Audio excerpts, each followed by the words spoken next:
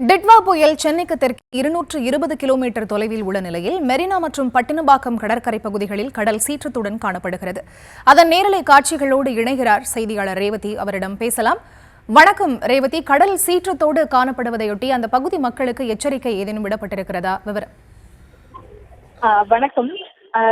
இந்த டிட்வா புயலை பொறுத்தவரை தொடர்ந்து சென்னையில் இருக்கக்கூடிய பகுதிகளை நோக்கி நகர்ந்து வருவதை பார்க்க முடியுது. குறிப்பாக வடகிழக்கில் சென்னையிலிருந்து 180 கிலோமீட்டர் தொலைவில் தென்கிழக்கிலும் இந்த தாழ்வு நிலை தொடர்ந்து வருகிறது.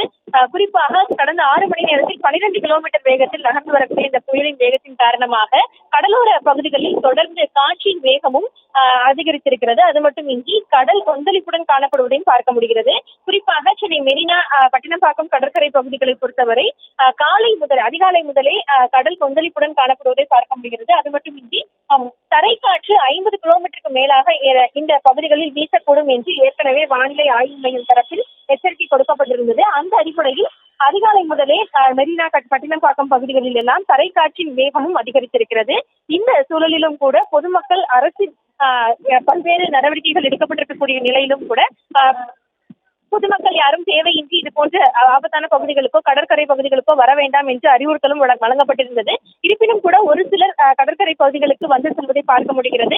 அது மட்டுமின்றி பொதுமக்கள் அங்கு இயல்பாக நடமாட முடியாத அளவிற்குத்தான் காற்றின் வேகம் அதிகமாக இருக்கிறது. பாதுகாப்பு காரணங்களுக்காக தற்பொழுதைய சூழலில் மெரினா கடற்கரை பகுதிகளுக்கு பொதுமக்கள் செல்ல வேண்டாம் என்று அறிவுறுத்தல் கொடுக்கப்பட்டிருப்பது மட்டுமின்றி அந்த பகுதிகளுக்கு செல்ல வேண்டாம் என்று காவல்துறை தரப்பிலிருந்து அங்கு தடுப்புகளும் அமைக்கப்பட்டிருக்கின்றன.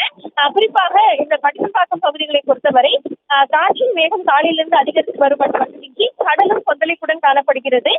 ஏற்கனவே வரக்கூடிய புயல் காரணமாக இந்த கடல் கொந்தளிப்பு இருந்தாலும் கூட காற்றின் வேகமும் அதிகரித்திருப்பதன் காரணமாக இந்த வடகடலோர பகுதிகளில் எல்லாம் இந்த கடல் கொந்தளிப்பு ஏற்பட்டிருக்கிறது. ஏற்கனவே சென்னை உள்ளிட்ட பல்வேறு இடங்களில் புயல் சின்னமும் ஏற்படுத்தப்பட்டிருக்கிறது. குறிப்பாக 4ஆம் எண் புயல் எச்சரிக்கை கொண்டு சென்னை காட்டுப்பள்ளி உள்ளிட்ட பகுதிகளில் ஏற்றி வைக்கப்பட்டிருக்கக்கூடிய நிலையில் பட்டினப்பாக்கம் கடற்கரை பகுதி அதிகாலை முதலே கடல் கொந்தளிப்புடன் காணப்படுகிறது.